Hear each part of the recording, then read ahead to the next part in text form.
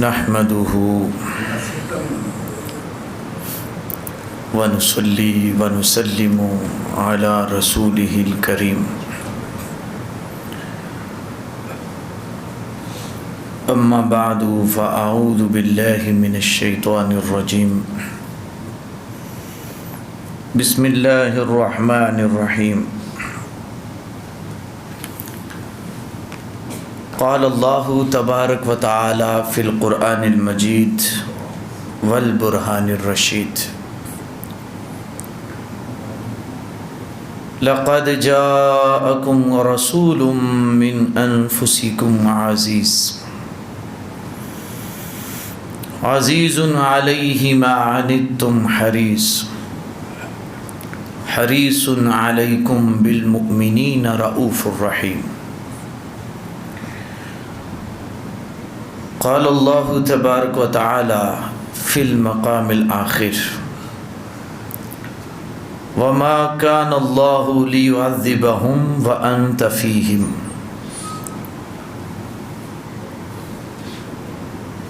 قال الله تبارك وتعالى في شان حبيبه إن الله وملائكته يصلون على النبي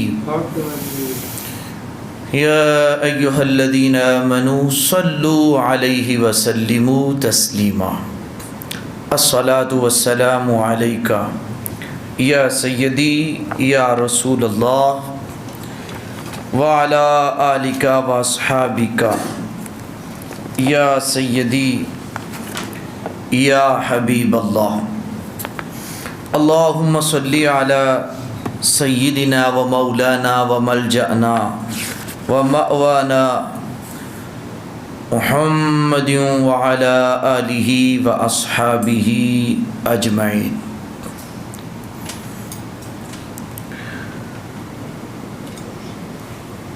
حضرات گرامی، اللہ تبارک و تعالی کی حمد و ثنا، تعریف و توصیف، مدح و ستائش کے بعد بارگاہ نبوی صلی اللہ علیہ وآلہ وسلم میں اپنی محبتوں، سعادتوں کا خراج پیش کرنے کے بعد انتہائی واجب الاحترام ذوی الاحتشام برادران اسلام، حاضرین و سامعین کرام، قرآن مجید فرقان حمید کی آیہ مبارکہ سورہ توبہ کی ایک آیت مقدسہ آج کی گفتگو کے لیے تلاوت کی سعادت حاصل ہوئی ہے.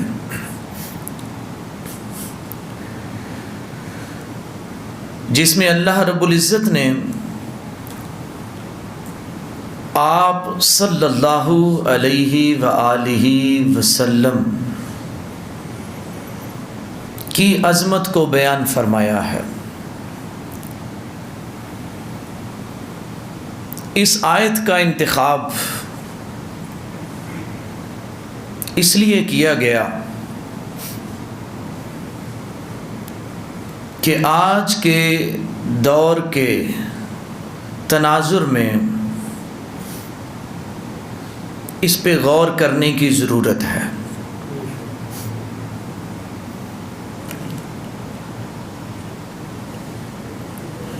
آپ صلی اللہ علیہ وآلہ وسلم کی ذات کے حوالے سے قرآن پاک میں اور آپ صلی اللہ علیہ وآلہ وسلم کے ارشادات میں ہمیں بہت سے ارشادات ملتے ہیں. قرآن پڑھ لیجئے، یا حدیث مصطفیٰ صلی اللہ علیہ وآلہ وسلم پڑھ لیجئے۔ ان دونوں میں ہی اس مضمون کو بڑی ہی انفرادیت کے ساتھ بیان کیا گیا ہے۔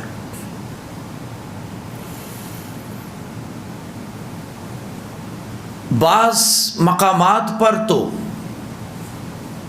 اللہ رب العزت نے اپنے ذکر کی بجائے بھی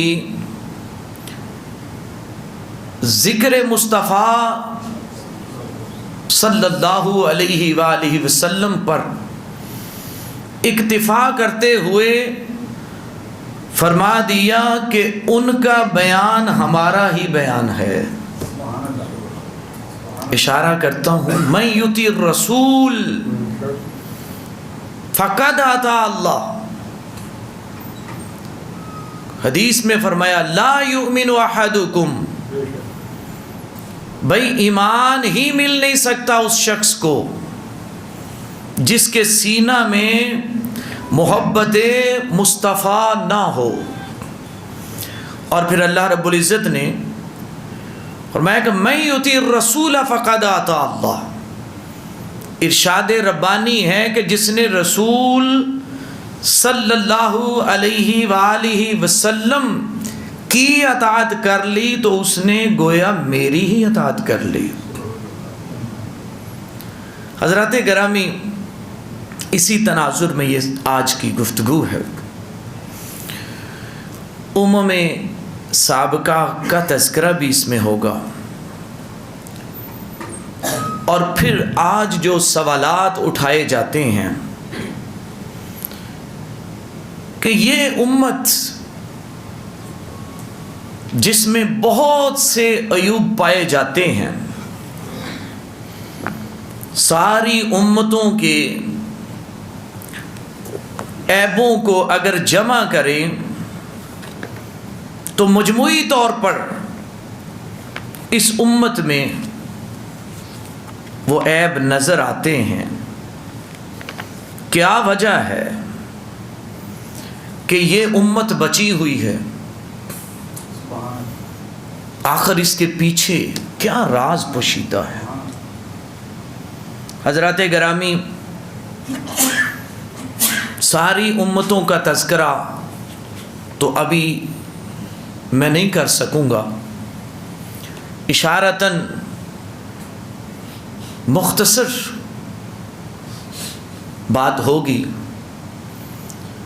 اللہ رب العزت نے نوح علیہ السلام کا تذکرہ فرمایا، لقد ارسلنا نوحا الى قومه فقال یا قوم اعبدوا اللہ ما لکم من الہ غیرہ انی اخاف علیکم عذاب یوم عظیم۔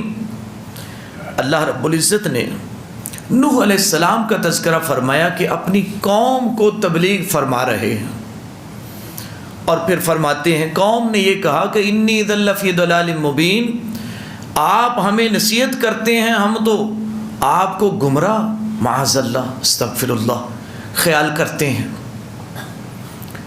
تو حضرت نوح علیہ السلام فرماتے ہیں ابلغکم رسالات ربی وانصح لکم وَأَعْلَمُ مِنَ اللَّهِ مَا لَا تَعْلَمُونَ، مجھے گمراہ کہتے ہو، میں تو تمہارا خیر خواہ ہوں، میں تو تم پر مہربانی کرنے آیا ہوں، نصیحت کرنے آیا ہوں، تم وہ نہیں جانتے جو میں جانتا ہوں۔ الغرض وہ قوم نہ مانی، اپنی ہٹ درمی پہ اڑی رہی، تو اللہ رب العزت فرماتے ہیں فَكَذَّبُوهُ فَأَنْجَيْنَاهُ وَالَّذِينَ مَعَهُ فِي الْفُلْكِ وَأَغْرَقْنَا الَّذِينَ كَذَّبُوا بِآيَاتِنَا۔ ہم نے نوح علیہ السلام کو اور جو ان کے ساتھی تھے ان کو تو بچا لیا، اور باقی سب کو نیست و نابود کر دیا۔ قوم ہود وَإِلَىٰ عَادٍ أَخَاهُمْ هُودًا، حضرت ہود علیہ السلام کی قوم کا تذکرہ ملتا ہے۔ جب انہوں نے نصیحت فرمائی تو لوگ کہنے لگے کہ ہم تو معاذ اللہ استغفر اللہ آپ کو بیوقوف خیال کرتے ہیں۔ آج بھی اگر ہم غور کریں تو جو سمجھداری کی، دینداری کی، اللہ رب العزت کی طرف بلانے کی بات کرتا ہے تو عموماً لوگوں کا رویہ یہ ہوتا ہے کہ سمجھتے ہیں کہ یہ تو بیوقوف ہے۔ پیغمبر نے فرمایا ابلغکم رسالات ربی وانا لکم ناصح امین، بھائی مجھے امانت دی گئی ہے، میں تو امین ہوں، تمہیں نصیحت کرنے آیا ہوں۔ لیکن وہ قوم بھی نہ مانی، اس قوم نے بھی انکار کر دیا، اللہ رب العزت نے اس کو بھی عذاب میں گرفتار فرمایا۔ وَإِلَى ثَمُودَ أَخَاهُمْ صَالِحًا، پھر حضرت صالح علیہ السلام کا تذکرہ ہوتا ہے۔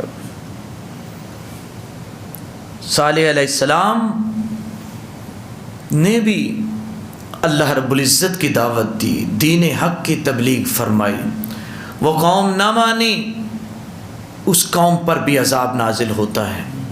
وَإِلَى مَدْيَنَ أَخَاهُمْ شُعَيْبًا، قوم شعیب کا بھی تذکرہ ملتا ہے، جن کا تو عیب ایسا ہے، میں نے پہلے عرض کیا کہ مجموعی طور پر اگر آپ دیکھیں تو ساری قوموں کے وہ سارے کے سارے عیب اس امت میں ہمیں نظر آتے ہیں۔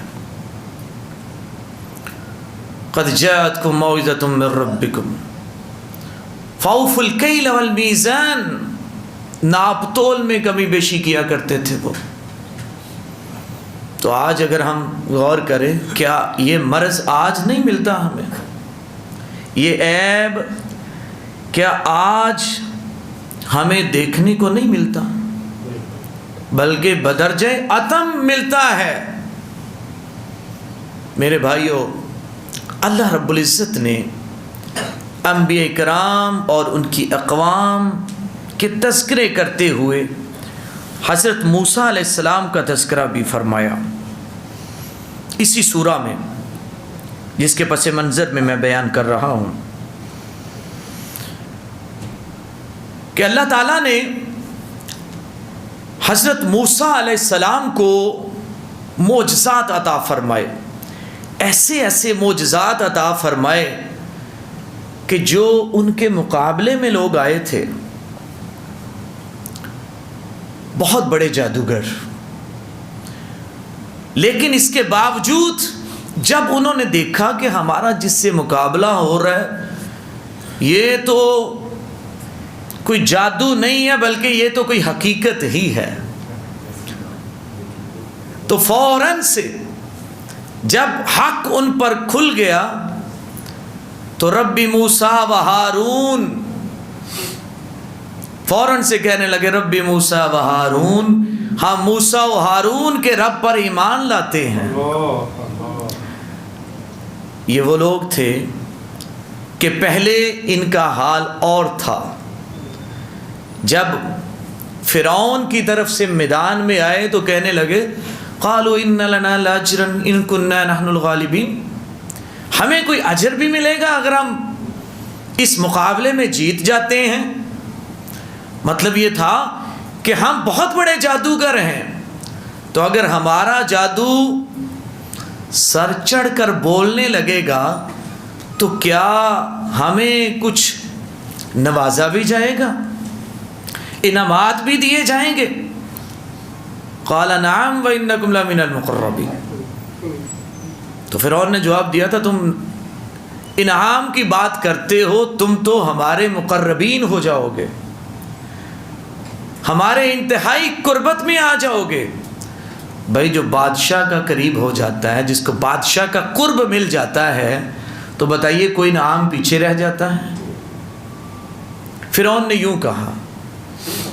اب ان کی حالت ابھی وہ تھی کہ ابھی یہ مقابلہ شروع نہیں ہوا اور انہوں نے اپنا عمل ابھی شروع نہیں کیا، پہلے شرائط یہ باندھ رہے ہیں، پہلے کیفیت یہ تھی، لیکن جو ہی حضرت موسیٰ علیہ السلام کا مقابلہ ہوتا ہے تو پھر حق عیاں ہو جاتا ہے تو وہاں پہ ایمان کا اعلان بھی کرتے ہیں اور فرعون کی دھمکیوں کا کوئی خوف بھی نہیں کھاتے۔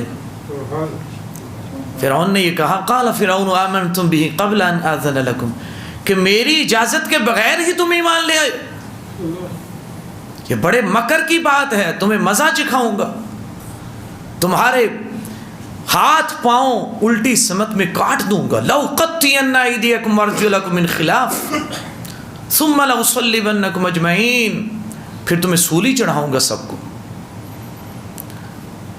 اب یہ دھمکیاں مل رہی ہیں تو آگے سے کہتے ہیں قالوا انا الی ربنا منقلبون، ہم تو پہلے ہی اپنے رب کی طرف لوٹ کر جانے ہی والے ہیں۔ ربنا افرغ علینا صبرا وتوفنا مسلمین، بھئی اتنی بڑی دھمکیاں مل رہی ہیں لیکن پھر بھی کوئی خوف نہیں ہے، کوئی لالچ نہیں ہے، کوئی غرض نہیں ہے۔ پہلے حالت اور تھی، ایمان لانے کے بعد حالت ہی کچھ اور ہو گئی۔ گویا ایمان بہت بڑی دولت ہے۔ تو میں عرض کر رہا تھا کہ اللہ رب العزت نے اس اصول کو قرآن پاک میں بیان فرمایا ہے کہ سابقہ امتیں جو تو مان لیتے وہ بچ جاتے، جو انبیاء کی دعوت پہ لبیک نہیں کہتے تھے تباہ و برباد ہو جاتے، ساری کی ساری قومیں فنا ہو جاتی سوائے ان کے جو ایمان والے ہوتے۔ تو آج کے تناظر میں ان آیات کو اور قرآن حکیم کو دیکھنے کی ضرورت ہے۔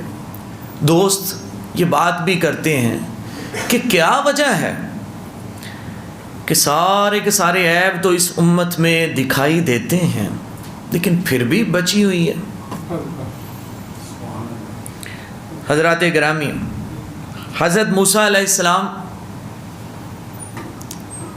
کے واقعے میں آپ یہ تو دیکھتے ہیں کہ سمندر میں فرعون اور اس کے ساتھی فرعونی غرق ہو گئے، حضرت موسیٰ علیہ السلام اور آپ کے ساتھی بچ گئے، محفوظ رہے۔ یہ عذاب شروع میں نہیں آ گیا تھا بلکہ اس سے پہلے عذاب کی مختلف صورتیں تھیں۔ جب انہوں نے چیلنج یہ کر دیا نا کہ کسی معجزے کو بھی ماننے کی طرف وہ نہیں آتے اور کہنے لگے وَقَالُوا مَهْمَا تَأْتِنَا، اور بولے کہتے ہیں تم کیسی بھی نشانی لے آؤ، کیسا بھی معجزہ لے آؤ، ہم پر ہمارے پاس لے آؤ اے موسیٰ اور اس کے ذریعے ہم پر جادو کرو، پھر بھی ہم کسی طرح ایمان لانے والے نہیں ہیں۔ جب یہ انداز شدت اختیار کر گیا تو اللہ رب العزت نے پھر بھی ان کی گرفت نہیں اس طرح سے کی۔ فَأَرْسَلْنَا عَلَيْهِمُ الطُّوفَانَ،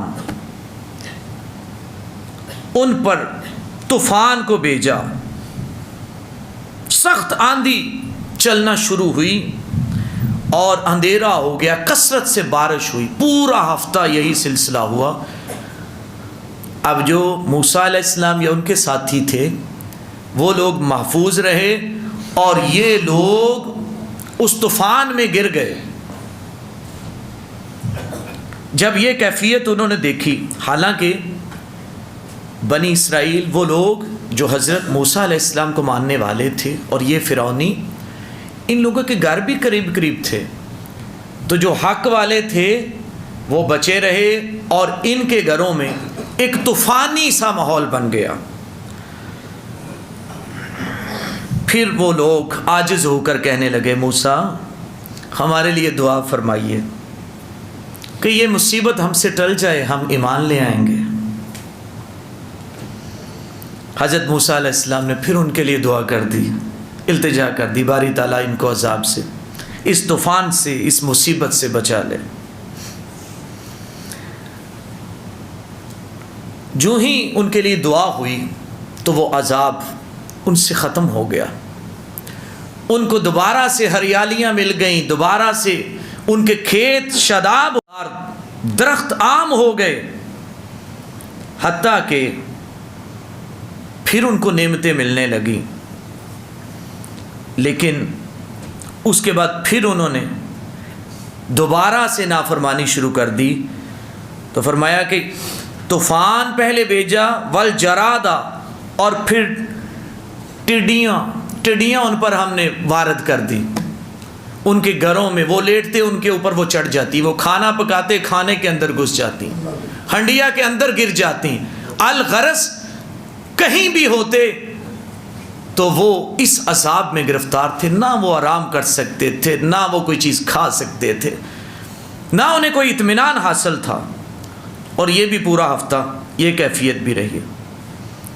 لیکن پھر انہوں نے، اب دیکھیں ابھی بھی وہ بڑا عذاب نہیں آیا سمندر والا، سمندر میں غرق ہونے کا. حضرت موسیٰ علیہ السلام سے پھر فریاد کرتے ہیں. والقملا، قرآن کہتا ہے کہ اس کے بعد پھر وہ وعدہ خلافی کرتے ہیں، پھر ان کو جوؤں کے عذاب کا سامنا کرنا پڑا.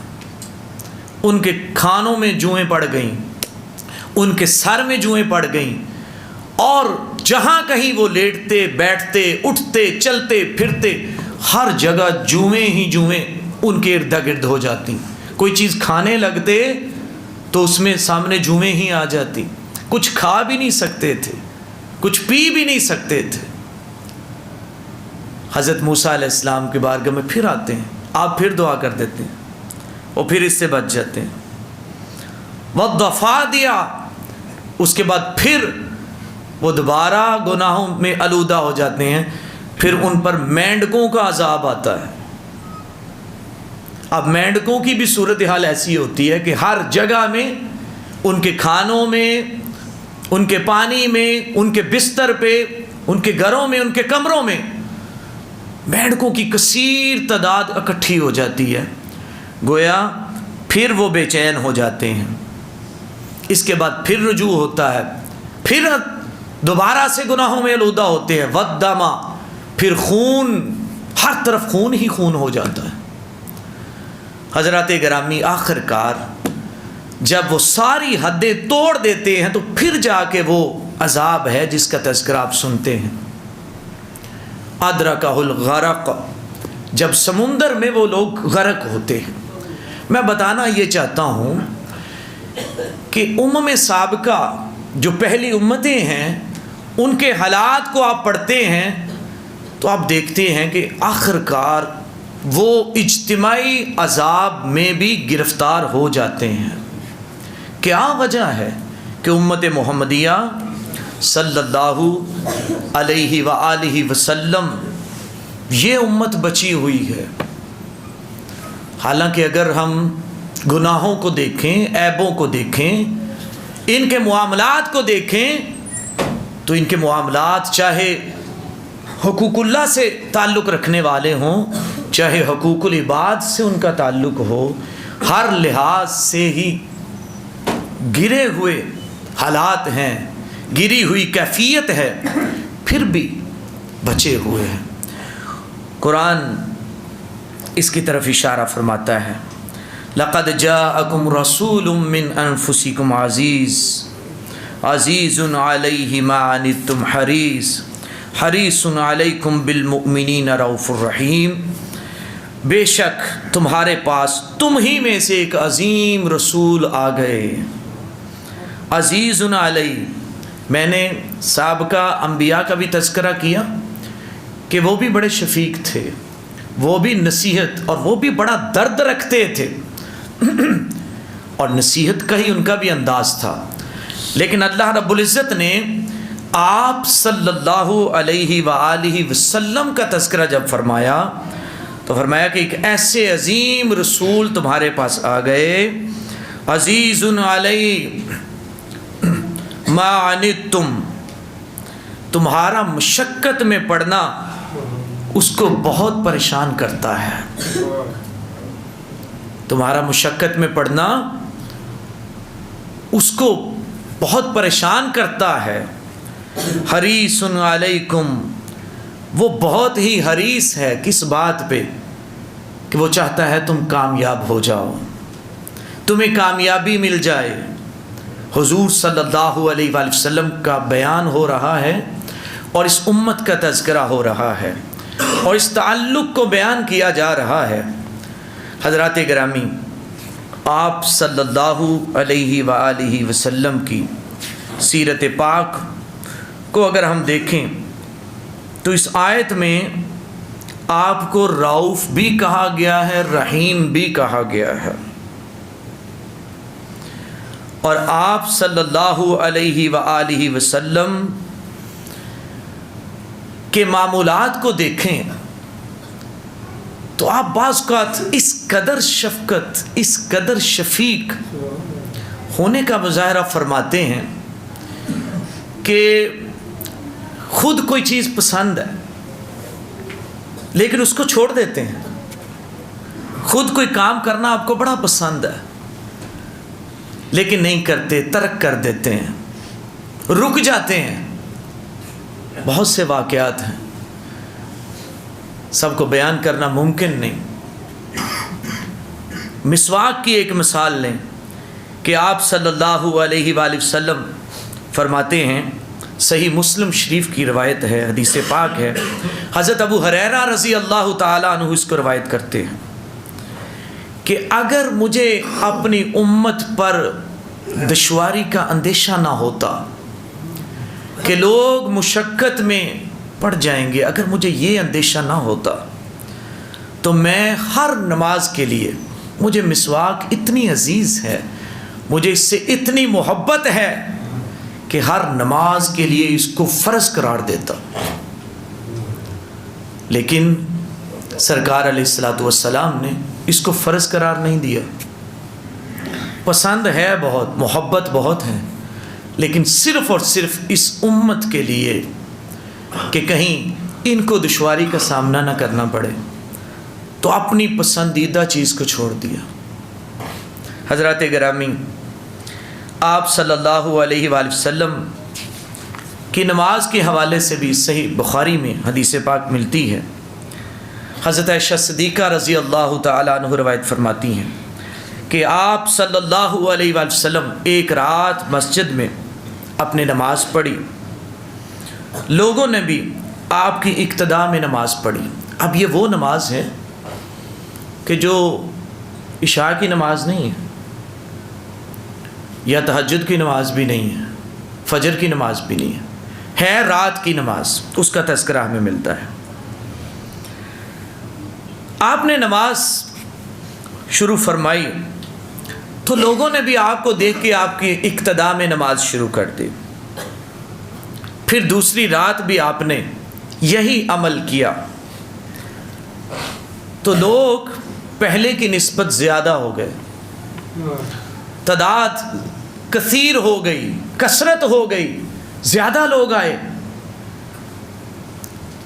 حدیث میں آتا ہے، بخاری شریف کی اس حدیث پاک میں، کہ سرکار علیہ الصلوۃ والسلام تیسرے یا چوتھے دن باہر نہیں نکلے۔ آپ اس نماز کے لیے اس کے بعد باہر نہیں نکلے۔ صحابہ نے پوچھا تو سرکار علیہ الصلوۃ والسلام نے فرمایا کہ میں اگر اس پہ مداومت کر لیتا، ہمیشگی کر لیتا، تو اللہ رب العزت اس کو بھی تمہارے لیے فرض قرار دیتے۔ مجھے یہ تھا، ابھی شروع میں تو شوق سے لوگ، آپ کو پتہ ہے یہ نفسیات بھی ہوتی ہے کہ شروع میں انسان کوئی کام شروع کر دیتا ہے، لیکن کچھ عرصے کے بعد پھر اس کو پتہ چلتا ہے کہ بھئی یہ تو محنت طلب ہے، قابل مشقت ہے، اس کے لیے تو بڑی روٹین کی ضرورت ہے۔ سرکار علیہ الصلوۃ والسلام فرماتے ہیں کہ اگرچہ میرا جی تو چاہ رہا تھا، لیکن میں نہیں نکلا صرف اس وجہ سے کہ کہیں یہ عمل تم سب کے لیے لازم ہی نہ ہو جائے۔ حریص علیکم بالمؤمنین رؤوف الرحیم۔ بھئی رؤوف الرحیم، اب یہ رؤوف الرحیم تو ہم پڑھتے ہیں کہ اللہ تعالیٰ کی ذات ہے، تو اللہ تعالیٰ اپنے حبیب کو فرما رہے ہیں رؤوف الرحیم، میں بھی رؤوف ہوں، میرا حبیب بھی رؤوف ہے، میں بھی رحیم ہوں اور میرا حبیب بھی رحیم ہے۔ بھائیو، ہم یہ جو حدیث پاک سنتے ہیں جس کا مفہوم یہ ہے کہ 70 ماؤں سے بڑھ کر اللہ رب العزت کی ذات پیار کرتی ہے اپنے بندوں سے، تو کبھی سوچا ہے، غور کیا ہے کہ سرکار علیہ الصلوۃ والسلام اپنے امتیوں سے کتنی محبت کرتے ہیں کہ اپنی خواہش کو چھوڑ دی، اپنی طلب کو چھوڑ دیا، صرف یہ کہ میری امت پر آسانی ہو جائے۔ حضرات گرامی، شروع میں ہی میں نے عرض کیا کہ آج یہ امت طرح طرح کے مصائب اور مسائل میں بے شک گری ہوئی ہے، اور بے شمار قسم کی عادات میں بھی گری ہوئی ہے، اور بہت سے گناہوں سے آلودہ بھی ہے، لیکن اس کے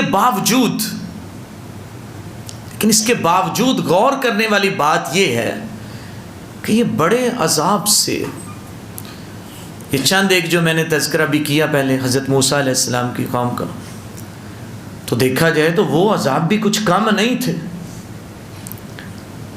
اور اس کے بعد اس سے بھی بڑے عذاب کا سامنا ان لوگوں کو کرنا پڑا۔ تو یہ آخر وجہ کیا ہے؟ وجہ ایک ہی ہے، قرآن پاک نے اس کی طرف اشارہ فرمایا، وَمَا كَانَ اللَّهُ لِيُعَذِّبَهُمْ وَأَنْتَ فِيهِمْ۔ اے حبیب صلی اللہ علیہ وآلہ وسلم، یہ اگر عذاب سے بچے ہوئے ہیں تو آپ کی برکت سے بچے ہوئے ہیں، یہ صرف آپ کی برکت سے بچے ہوئے ہیں۔ وَمَا كَانَ اللَّهُ لِيُعَذِّبَهُمْ وَأَنْتَ فِيهِمْ۔ اے محبوب، آپ ان میں نہ ہوتے تو میں ان کو بھی عذاب میں گرفتار کر دیتا۔ حضرات گرامی، غور کرنے والی بات ہے، آج میں ایک خاص پہلو پہ یا آخری چند منٹ لوں گا کہ وہ بحث الگ ہے کہ سرکار علیہ الصلوۃ والسلام کے وصال کے بعد حیات النبی صلی اللہ علیہ وآلہ وسلم، بڑے افسوس کی بات ہے کہ اس مسئلہ کو بھی امت میں اختلافی بنا دیا گیا ہے، حالانکہ نبی تو ہے ہی وہ، یا ایھا النبی انا ارسلناک شاہدا، آپ گواہ ہیں، تو مجھے بتائیے جو گواہ ہو تو گواہی ایسے ہی دے دیتا ہے؟ وہ امت کے حالات سے آگاہ ہے۔ سرکار علیہ الصلوۃ والسلام ہر امتی کے احوال کو جانتے ہیں۔ حضرات گرامی، سرکار علیہ الصلوۃ والسلام کی جلوہ گری ہے، یہ امت صرف اسی وجہ سے بچی ہوئی ہے۔ آج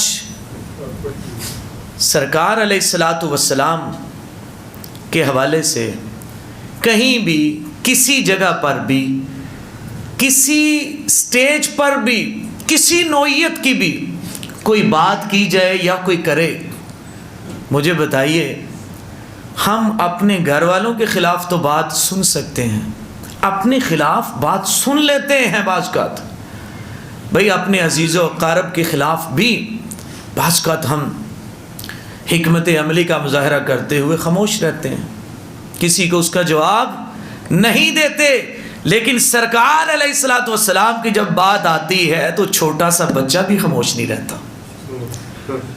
وہ کہتا ہے کہ میں اپنی جان دے دوں گا، لیکن یہ بے ادب گستاخ ہے کون کہ جو میرے محبوب کے خلاف بات کرے، جو سرکار علیہ الصلوۃ والسلام کے خلاف بات کرے۔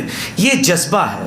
آج اگر آپ غور کریں، الحمدللہ یہ ایک جذبہ ہی تو ہے، یہ ایک جذبہ ہی تو ہے۔ آپ سوچتے ہیں نا کہ یہ زلزلے آتے ہیں، یہ طوفانی ماحول ہوتا ہے، بے موسمی بعض اوقات بارشیں بھی آتی ہیں، یہ تو آئیں گی، یہ تو ہوگا، کہ جس انداز کی محبت کا دعویٰ ہونا چاہیے اور پھر اس کے تقاضے پورے ہونے چاہیے وہ نہیں ہو رہے، ورنہ یہ جو جھٹکے ہیں نا، یہ جھٹکے بھی نہ لگیں، یہ جو ہمیں زلزلوں کا سامنا کرنا پڑتا ہے یہ بھی نہ ہو، اور یہ بے موسمی جو بارشوں کا سامنا کرنا پڑتا ہے اس کا بھی سامنا نہ کرنا پڑے۔ اگر ہم بڑے عذاب سے بچے ہوئے ہیں تو سرکار علیہ الصلوۃ والسلام کی ذات کے ساتھ ہمارا تعلق تو ہے ہی، اگرچہ ہم عمل کے لحاظ سے کمزور ہیں لیکن جذبے کے لحاظ سے بڑے مضبوط ہیں، اور جب کبھی عظمت مصطفیٰ کی بات آتی ہے تو فرنٹ لائن پہ ہوتے بھی ہیں الحمدللہ۔ اس پہ ہمیں اللہ کا شکر ادا کرنا چاہیے، اور اسی کے برکت سے بچے ہوئے ہیں۔ بس دعا کریں کہ یہ غلامی مصطفیٰ اور محبت مصطفیٰ یہ قائم رہے۔ قرآن کا اصول ہے کہ جب تک محبت مصطفیٰ قائم رہے گی تم پر عذاب نہیں آ سکتا۔ بس دعا ہم یہ کریں، اور پھر اس آیت کو ہمیشہ ذہن نشین کر لیں۔ قل ان کنتم، اسی پر اپنی گفتگو ختم کروں گا۔ قل ان کنتم تحبون اللہ، بھئی اللہ رب العزت کا ذکر بڑا ضروری ہے، کرنا چاہیے، لیکن اللہ تعالیٰ نے تو ہر چیز کو جوڑا ہے مصطفیٰ کے ساتھ۔ اللہ رب العزت نے تو ہر عمل کو جوڑا ہے اپنے حبیب کے ساتھ۔ بھائی میری طرف کدھر آ رہے ہو؟ آنا چاہتے ہو، مجھ سے محبت کرنا چاہتے ہو تو تمہیں ایک فارمولہ بتا دیتا ہوں، توجہ بھائی، تمہیں ایک فارمولہ بتا دیتا ہوں۔ ان کنتم تحبون اللہ، تم اللہ سے بھی محبت کرنا چاہتے ہو، بڑی اچھی بات ہے، اللہ سے محبت ہونی چاہیے، اور یہ بھی ایمان کی علامت ہے، لیکن فرما دیا اس کا بڑا آسان نسخہ ہے۔ ان کنتم تحبون اللہ فاتبعونی، لمبی چوڑی نمازوں کا تذکرہ نہیں ہے، فرمایا کہ بس میرے حبیب کے پیچھے پیچھے چلتے آؤ تمہیں محبوب بنا لوں گا۔ فاتبعونی، بس میرے حبیب کے پیچھے پیچھے آ جاؤ، بس اس کی ادائیں اپنا لو، میرے حبیب کی مان کے چلنا شروع کر دو۔ بڑا عذاب تو دور کی بات ہے، تم پر کوئی مصیبت آ گئی تو مجھے کہنا۔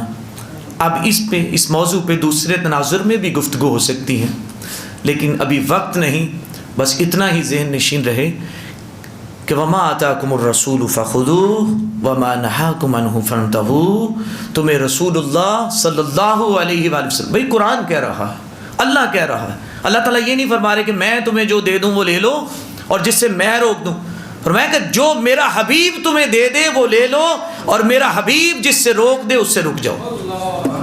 اللہ رب العزت نے بات ہی اپنے حبیب پہ چھوڑ دی ہے، فرمایا من یطیع الرسول فقد اطاع اللہ، تو جو میرے حبیب کے پاس آ گیا، میرے حبیب کی جس نے اطاعت کر لی وہ بے فکر ہو جائے، وہ سمجھ لے اس نے میری ہی اطاعت کی۔